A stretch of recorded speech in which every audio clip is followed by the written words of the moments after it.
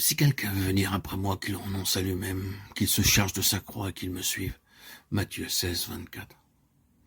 Renoncer à soi-même. D'un mot, le Seigneur va droit au but.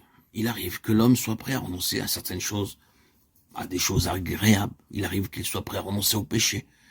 Mais renoncer à soi-même, à ce moi qu'il chérit tant, renoncer à en faire le mobile de sa vie, le ressort de ses actions, détrôner le moi pour que Jésus prenne sa place. La première, que cela est bien plus difficile.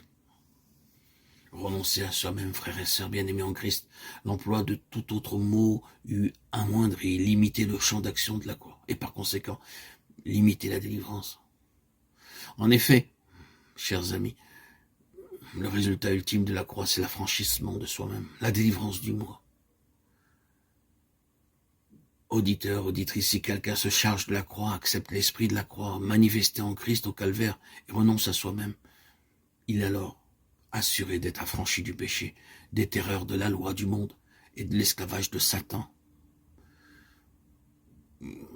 Qu'il soit 1000 fois béni cet évangile du calvaire dans sa simplicité, sa profondeur, son efficacité, sa sagesse, car le moi est bien la cause de tous les troubles, de toutes les rébellions, tous les égoïsmes, de l'orgueil et du péché.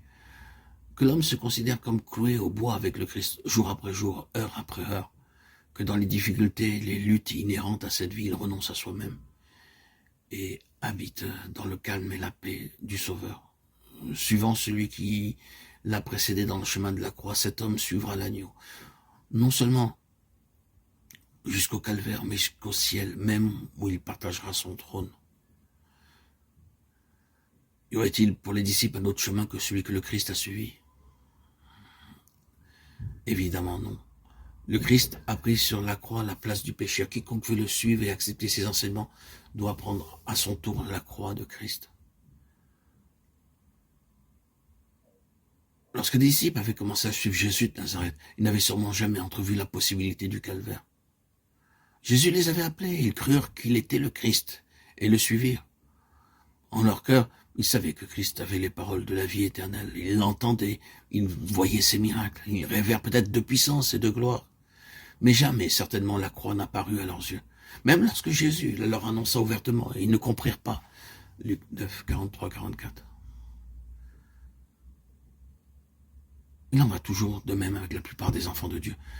Ils n'envisagent pas la possibilité de la croix. Mais les premiers disciples ne savaient pas ce que nous savons. La tragédie du calvaire ne s'était pas encore déroulée sous leurs yeux. Ceux qui suivent un Seigneur crucifié doivent l'être à leur tour. Ici-bas, la croix. Au ciel, seulement, le trône.